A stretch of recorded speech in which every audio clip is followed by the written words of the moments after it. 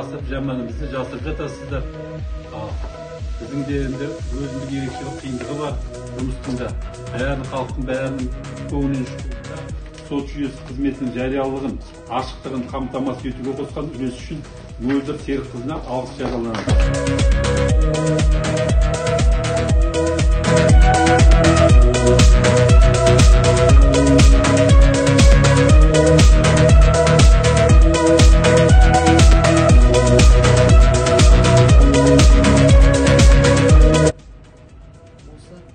Соттың арасында мықты алтын көпір бола беріңіздер.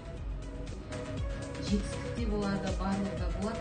Шындықты шынбайына батырып та айтатын кезіміз болады. Бірақтан айналып келгенде осының барлығы